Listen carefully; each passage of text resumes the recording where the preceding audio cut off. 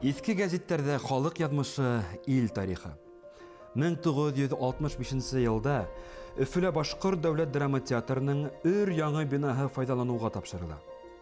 Совет Башкортостаны газеты 28 сентябрь ханында театр коллективы был бинаны Башкортостандың үз ирке менән рус дәүләтенә кушылуына 400 ел тулу айканлы рус халкының Башкортостан хезмәтчеләренә биргән бүләге итеп кабул ителде дип яза. Сарала культура әһелдәре, атаклы артистлар, төзүчеләр, түрәләр сыгышы. Рәсми өлештән һуң тамашачылар Мостай Кәримдең ай тотылган төндә трагедияһен карый. Әйткәндәй, был театрда ай тотылган төндә трагедияһы төрле режиссерлар тарафынан 1992, 2011, 2014 елларда сәхнәгә куелды.